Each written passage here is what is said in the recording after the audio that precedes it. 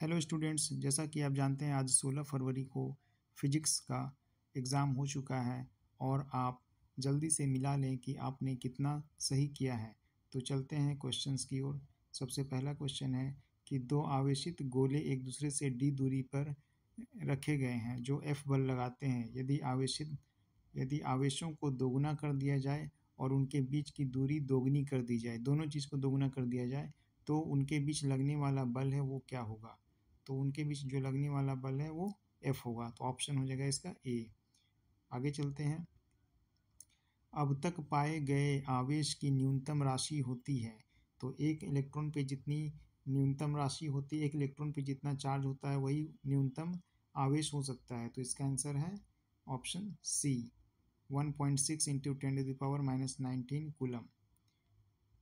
Dielectric constant for a metal is infinite. Option B. Next, समांतर पट्टिका संधारित्र यानी पैरेलल प्लेट कैपेसिटर कहते हैं इसे इंग्लिश में, की धारिता किस पर निर्भर करती है? तो इसकी धारिता है वो पट्टिका के क्षेत्रफल पर निर्भर करती है। आगे चलते हैं हम लोग। व्हीटस्टोन सेतु में यदि बैटरी और गैल्वेनोमीटर को आपस में बदल दिया जाए तो गैल्वेनोमीटर में विक्षेपण होगा, यहाँ होगा नो चेंज, कोई परिवर्तन नहीं होगा।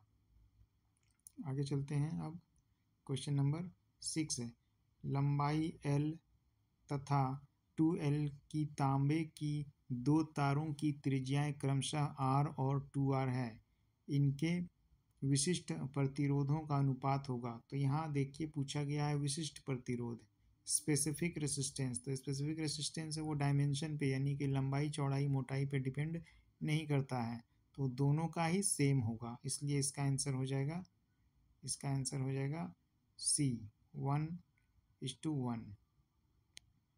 नेक्स्ट, दो लंबे समांतर तार जिनमें से प्रत्येक की में एक ही दिशा में 1 एम्पीयर की धारा प्रवाहित हो रही है, एक दूसरे से 1 मीटर की दूरी पर रखे गए हैं, उनके बीच आकर्षण बल होगा। तो कौन सा होगा? इसका ऑप्शन है ए, 2 इंटू 10⁻⁻7 न्यूटन पर कूलम।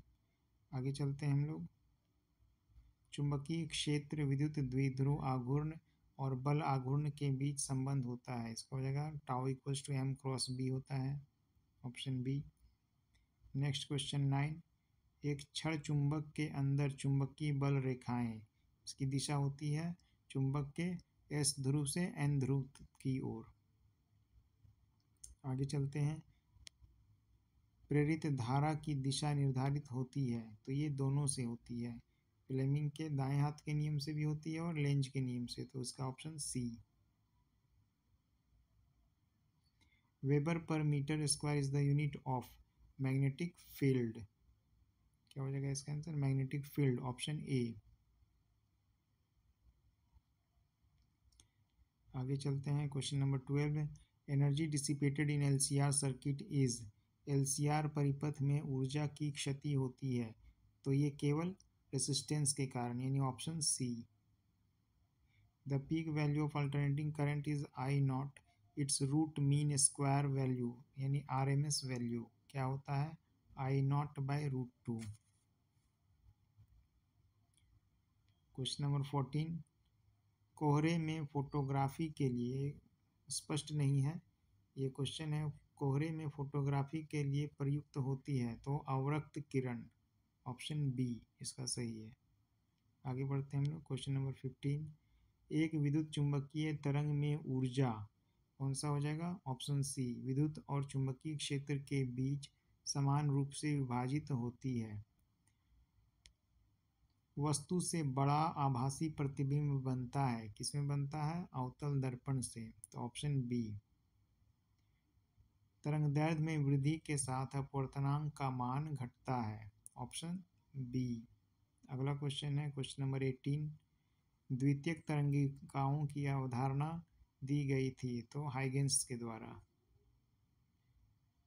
क्वेश्चन नंबर, अब हम लोग आ गए हैं 19, यंग डबल स्लिट प्रकाश के एक वर्णी स्रोत का उपयोग करता है, पर्दे पर बनने वाली व्यतिकरण फ्रिंजों की आकृति होती है, तो ये अतिपरवलय होती है, हाइपरबोला।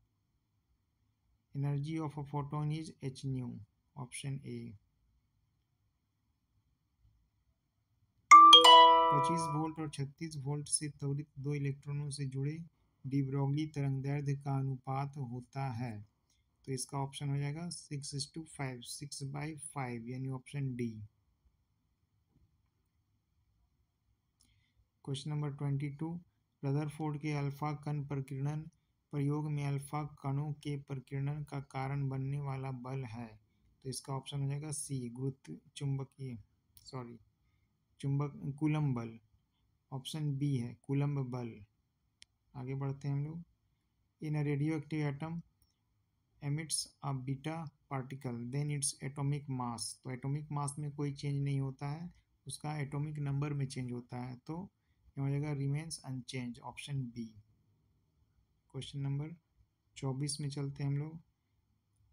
पी टाइप अर्धचालक में अशुद्धि मिली होती है, तो इसमें त्रिसंयोजी जिसे कहते हैं 3 की संयोजकता वाला पदार्थ मिला होता है। क्वेश्चन नंबर 25, वर्जित बैंड की चौड़ाई जिसे कहते हैं फॉरबिडन बैंड गैप, तो बैंड गैप सबसे ज़्यादा किस में होता है? अचालकों में, यानी ऑप्शन बी इसका सही उत्तर है। तो उम्मीद करता हूँ कि आपने अधिक से अधिक क्वेश्चन को सही किया होगा एग्ज़ाम में। तो आज के लिए इतने रखते हैं। Best of luck for your result.